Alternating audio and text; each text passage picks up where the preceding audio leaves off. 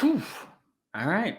We've got a lot to talk about today with the latest football news, including transfer portal and coaching changes, Florida Gators men's basketball game versus Maryland, and the women's basketball game against FS, who only here on Locked On Gators. You are Locked On Gators, your daily podcast on the Florida Gators. Part of the Locked On Podcast Network, your team every day.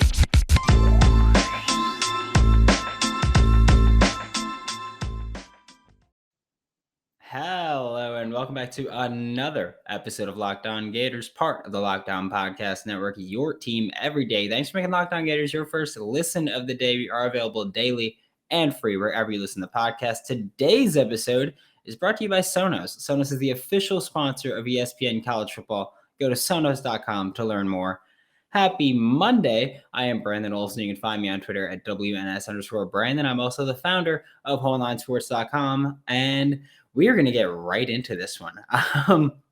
With the football team, first thing we're going to talk about is two of the bigger transfer portal names. Obviously, we spoke about Chris Bogle last week. We're not going to go super in depth on these two guys today because we've also got to talk about coaching changes and the basketball games. So much to do. But Jacob Copeland and Mohamoud Diabate, they both hit the transfer portal. Diabate hit it Friday, and then Jacob Copeland hit it Thursday evening-ish, I guess. And I am not happy about either of these. I know that Jacob Copeland, whatever, is a polarizing player among the fan base. A lot of people don't like that he goes on Twitter and he's like, what was it with? I forgot. I think it was a Georgia game. Someone was like, 13 catches, 221 yards, and 2 TDs or something like that. And he was like, I don't get the ball enough to do that. And people get upset when someone says things like that. But he wasn't wrong. And I'm also have to say that I like Jacob Copeland. I think he's a very talented receiver. I think he's very good. But yeah, I mean, it didn't work out. He entered the transfer portal. He's going to play in the bowl game. So it's going to be his last game as a Gator in a week and a half. Which sucks. Again, like I'm someone who I very much like Jacob Copeland. I think he's immensely talented. I think he was horribly underutilized, and hopefully wherever he goes is the right spot for him. Diabate is another one where it's like, hey, I mean, people don't dislike him as much. People tend to generally like Mohamoud Diabate just because he seems like a very genuine person and a very kind person. But play-wise, he's a linebacker that played the most. The linebackers this year, just cut and dry, weren't good. So obviously, if you're the linebacker that plays the most and the linebackers weren't good, and you're supposed to be the best one at that case too, you're going to catch some of the flack, which is deservedly so. There's no doubt about that. You know, Diabate, he made some boneheaded plays too, where I think it was Kentucky. There was like a solid stop, and then he got a late hit penalty and stuff like that, where it's just like, yeah, things happen, and it is what it is. But and no matter how you feel about either of those players, I think it needs to be said that at this point, no matter how you feel about them off the field, on the field, I don't care. They probably don't care.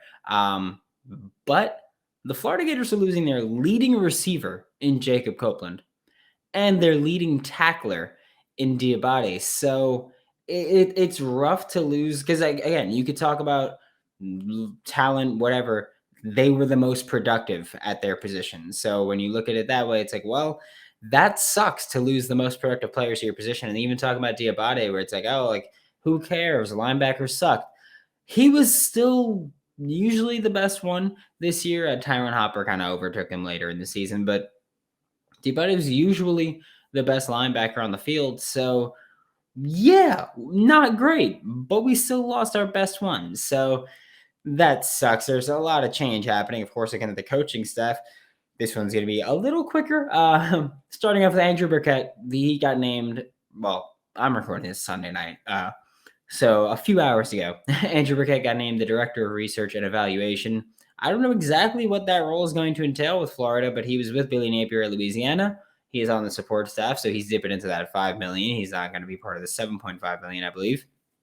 But Andrew Burkett, Florida Gator, Joe Hamilton, a personnel analyst for the defense, was also with Billy Napier at Louisiana. And then two other names I wanted to talk about, which are bigger names. And Jamar Chaney is a defensive analyst covering linebackers. He was in the NFL from 2010 to 2014, played at Mississippi State. He started coaching in 2016. He was a high school coach until 2019 when he joined the Florida Gators as the assistant director of player personnel. And then he left for a year to go to Mississippi State, which is, again, his alma mater, to be a senior defensive analyst. And now he's back in Gainesville, back in the Gainesville groove. Sorry, I hate myself. But he is now a defensive analyst specifying linebackers for the University of Florida. And then Darnell Stapleton is an assistant coach of the offensive line now, which we knew we'd get. Darnell Stapleton played offensive line professionally from 2007 to 2010. He started his coaching career in 2011 with the New York Sharks, which is a women's football team. And then he went on to be a GA at Rutgers, and he bounced around as an assistant at Bucknell and Sam Houston State before this past season joining Louisiana under Coach Billy Napier. So Billy Napier is bringing over a lot of assistants, a lot of support staff, a lot of these guys that he's worked with. And I think it's pretty cool, at least. So Billy Napier, he's filling out his staff. He's building the army that we knew he would get. Again, we're expecting 30 or more assistants. So it's going to be a massive coaching staff. Billy Napier's filling it out. And one of the things that I like with Jamar Chaney and Darnell Stapleton specifically, he's filling it out with NFL players. And I get it. Jamar Chaney's an analyst. He's not an on-field role. So that's not nearly as important, of course. But with Darnell Stapleton, he's an assistant coach of the offensive line that played in the NFL. I don't care if you 2-decade career in the NFL, couple training camps. Doesn't matter. You played in the NFL. You made it to the highest level possibly attainable in professional football or in football in general. And he did it for a few years. The average NFL career is 3.3 years, by the way. He was there from 2007 to 2010, which is 4 seasons. So, hey, above average NFL career, if you want to talk about it that way. So Darnell Stapleton is someone that I'm actually very excited to see with Florida. I just can't wait to see how the rest of this coaching staff really fills out. All right, college football fanatics, have you heard about PrizePicks?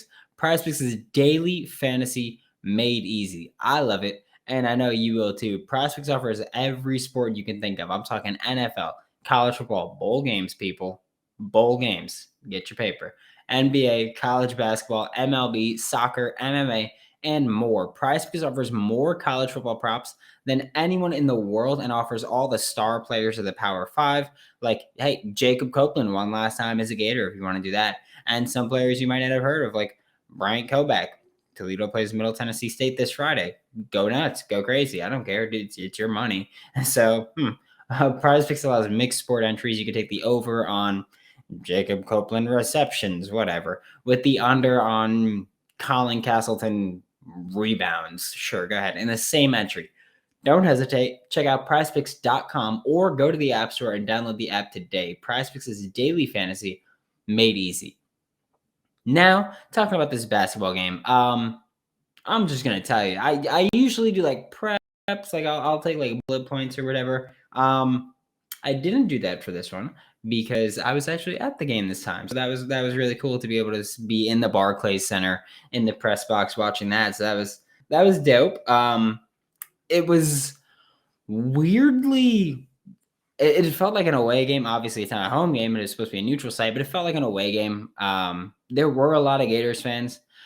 There were a lot more Maryland Terrapins fans. They were very loud and it was a great crowd, so that was dope for them. But it was one of those games where Colin Castleton was very active in the post early on. He's been, there was one point in the game where I think I tweeted it out where I was like, Colin Castleton is being like he's being aggressive in the second half. Like he is pissed. He's calling for the ball. He is playing tough defense. He sent one ball. I thought it was going to break the court when he blocked that damn thing. So Colin Castleton, of course, foul trouble really screwed him. I don't even know his minutes exactly, but I want to say he played maybe 8 minutes in the first half. So the whole first half was pretty much without Colin Castleton. Second half, he played most of it until he fouled out in the final couple minutes, which sucked. Especially because I don't think the foul was on Colin Castleton. I couldn't see because it was on the other side of the court. I couldn't see who it was on, but it didn't look like Colin Castleton was the one that actually committed the foul. Florida ran a lot of pick and roll and almost never passed it into the paint. I mean, yeah, it was one of those games where it's like, oh, like pick and roll, swing it. And it was like, do it. Like I don't like Jatobo finished one of them, but for the most part, it was not they were running the pick and roll just for the sake of running the pick and roll. They weren't passing in. They were rolling, but they weren't passing in. There was a 10-second violation that Maryland got that I think screwed Florida out of a couple of free points because I don't know what happened, but Maryland like threw the ball, and I believe it was Flanders Fleming Jr. Deflected it and then caught it himself. And like it seemed like after he landed with the ball, the ref blew the whistle, and like even Flanders Fleming was like, "I have the ball though," because it's weird. Like once he caught the ball, that should have restarted the Gators, or that should have started the Gators shot clock, and they would have had a fast break opportunity there. But instead, referee blew the. I don't even remember how the possession wound up. We could hit a 3 off it, and yay! But yeah, no, it was really weird. Florida's defense was harassing, and the thing that bothers me with Florida's defense is usually like when we talk about football terms, oftentimes we're like, hey, like they play bend don't break defense. They play bend don't break. They play bend don't break. Whatever. Florida does the opposite. Florida's basketball team does the exact opposite.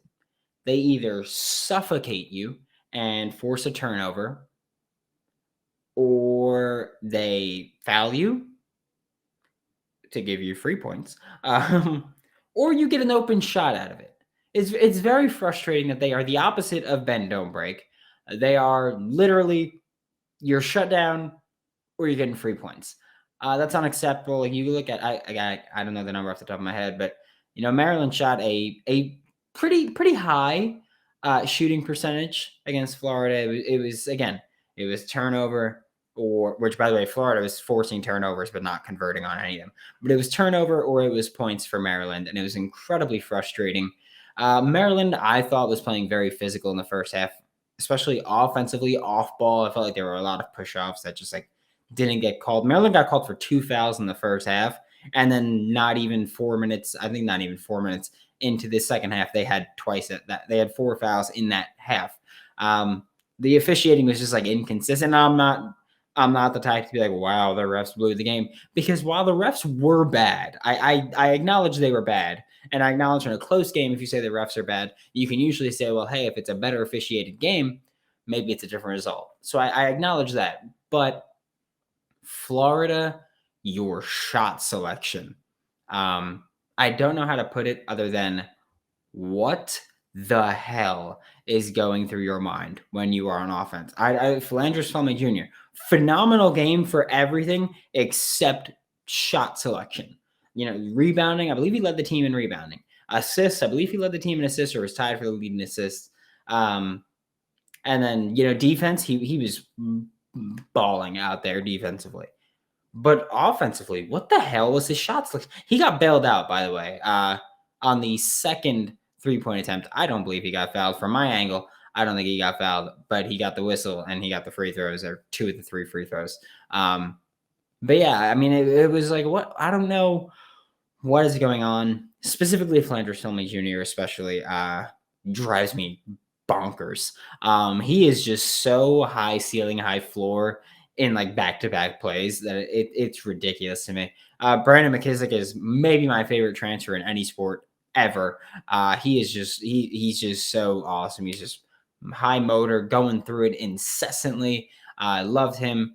And yeah, I mean, it was an ugly game. Late in the game, Tyree Appleby, holy shoot, woof, cold-blooded. Tyree Appleby is just he's dead. I'm convinced there's no blood running through his body. he is dead. He did get a stupid tech earlier in the game for I think it was staring down a defender after hitting a three, which is ooh, you're so cool. But it was a really close game. And that's what you did about it. Think about it. If they don't get that tech, maybe, just maybe, Florida doesn't have to take a step back three to possibly win the game at the end. You could literally try to force your way in for a layup and things like that, where it's very frustrating. But for the most part, Tyree Appleby, cold blood. I don't think he scored in the first half. Ended the game with 15 on 5 of 8 shooting from three. I want to say maybe 5 of 9 shooting from three. But it was a great game from shooting wise. He's just, again, cold blooded. He was a freak. And his heat check, I don't even care that he took a bad shot for his heat check, because that dude is just on fire. I can't even say he needs more minutes. He plays enough minutes. It's just really shot selection for the most part. I'm not talking about him. I think his shot selection is fine. But guys like Flanders, Colin Castleton, honestly, what are you doing sometimes?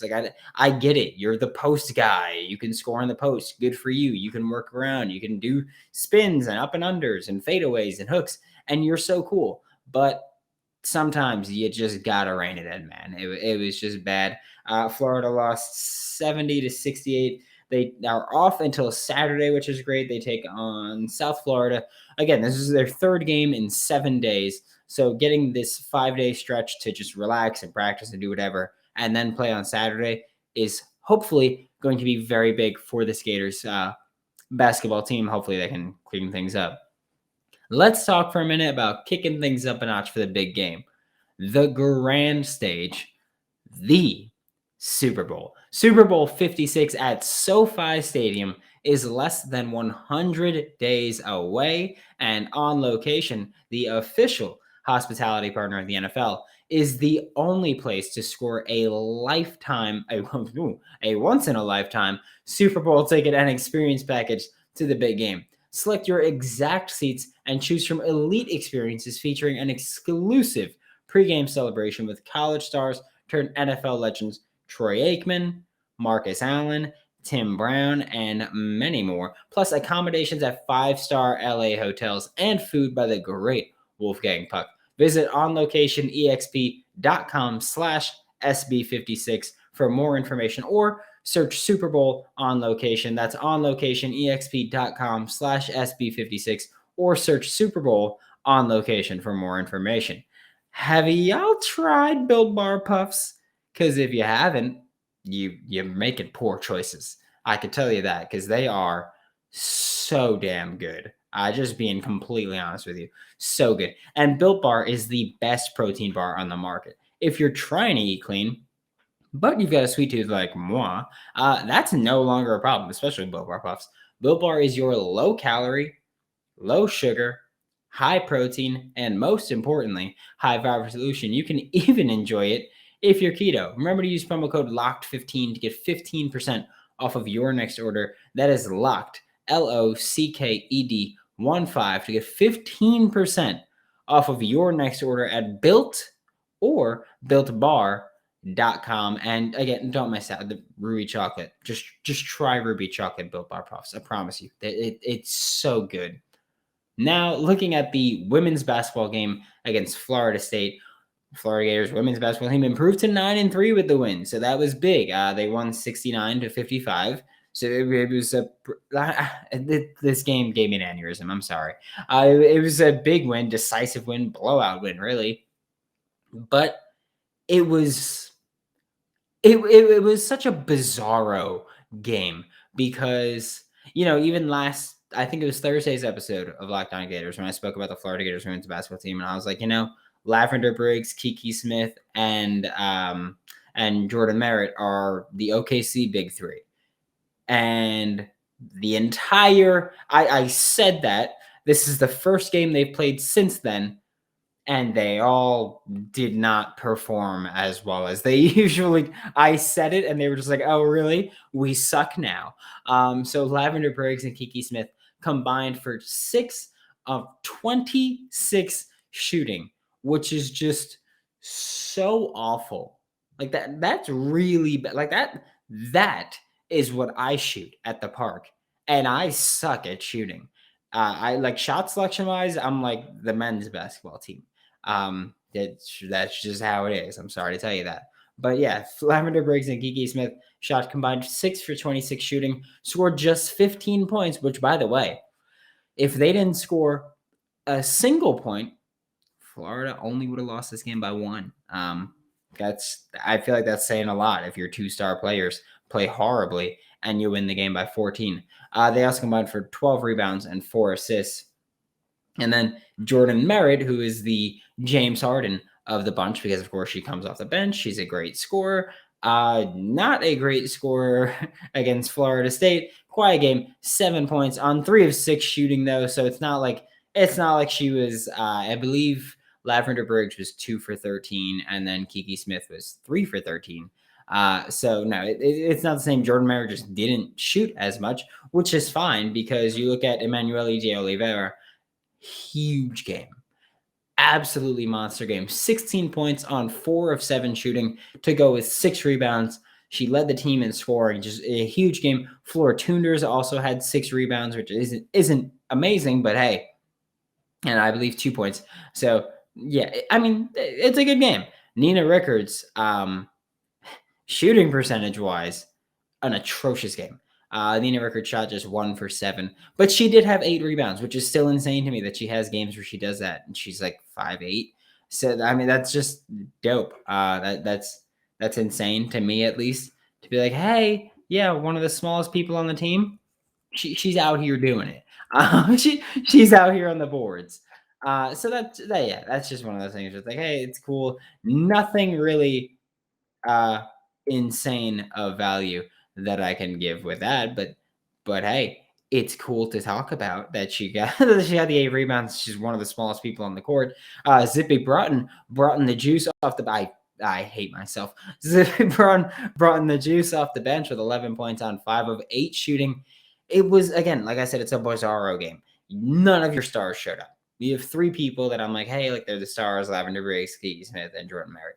None of them really showed up. And all of the role players did, though. And I think that speaks volume for this team, where it's, your starters, your stars didn't play well at all. Like, that, objectively, didn't play well at all. All 3 of your stars didn't show up. Your role players did. You went into a rivalry game, and you blew them out. And I mean blew them out. 69-55 is a blowout. And that's exactly what the Florida Gators women's basketball team did. So it was just, it's one of those things where, again, I keep saying it. It's cool to be like, hey, we went into a game where the stars straight up did not show up today. That's just, that's a simple, unequivocal, undeniable fact that the stars just didn't show up, but still blew out your opposition. The Florida Gators women's basketball team plays again on Tuesday, so tomorrow. Not a big break in between, but they take on Murray State in Gainesville. This game was in Gainesville. The last game was in Gainesville. So a whole bunch of games in Gainesville. So while they're not getting a ton of time off between these games, at least they're not being forced to travel as well. So Florida Gators women's basketball team, good on you for not disappointing on Sunday afternoon, I guess. Thanks for making Locked On Gators your first listen of the day. Every day we are available daily and free wherever you listen to the podcast. Don't miss out tomorrow, as we'll keep up with the latest on the Florida Gators football team. Now make your second listen Locked On Bets your daily one-stop shop for all of your gambling needs. Locked On Bets, hosted by your boy Q, with expert analysis and insight from Lee Sterling. For Locked On Gators, I'm Brandon Olson. Don't forget to follow me on Twitter at WNS_Brandon. I'm also the founder of WholeNineSports.com, where you can find all of my written work, which is WHOLE. NINE Sports, and I will see you all tomorrow.